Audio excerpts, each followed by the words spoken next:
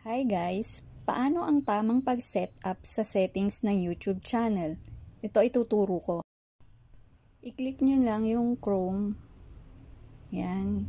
Tapos dito sa Google, i-type lang natin YouTube Creator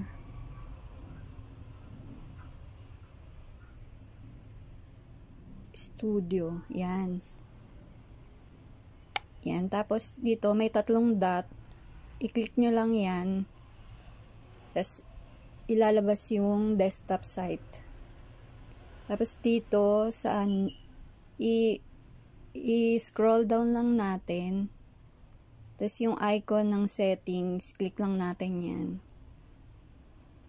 Yan. Dito sa bandang baba.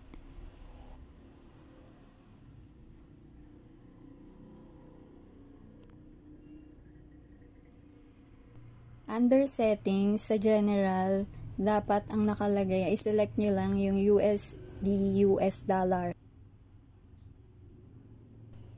Sa channel, select channel, tapos lagay nyo lang dyan sa country of origin, Philippines. Tapos dito sa keyword, yan, ilagay nyo lang yung mga title ng content nyo para madaling mahanap. Tapos ilagay nyo yung YouTube content nyo kung para saan, para agad ma-search. Ilagay nyo lang yung mga topic contents about sa mga content na ginawa nyo sa YouTube para madali kayong ma-search. Under naman sa advanced settings, nasa inyo na po kung ano yung pipiliin yung ilagay dyan. Tapos, kayo na bahala kung ano po yung i-click nyo dyan sa kapag natapos nyo na lahat, i-click nyo yung save. Tapos,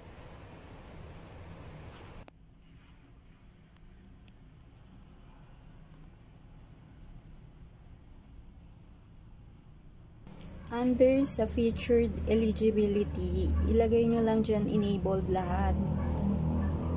Yan. Tapos, pagkatapos nyo, save nyo na lang.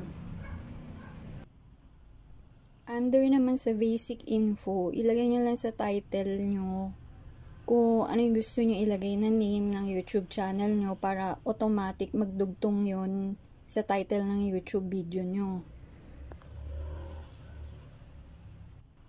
Under naman dito sa description, ilagay nyo lang yung about saan yung content na ginawa nyo. Tapos, pwede rin kayong maglagay ng link ng content ng YouTube video nyo.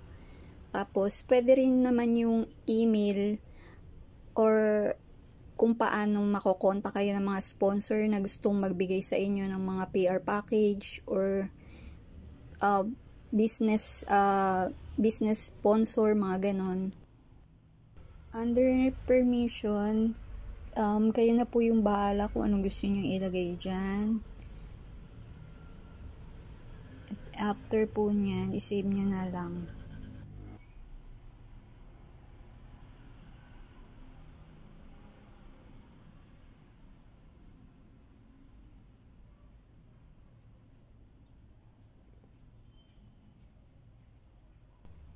Under po ng automated filters, kayo na po ang balang pumili kung anong ilalagay nyo dyan.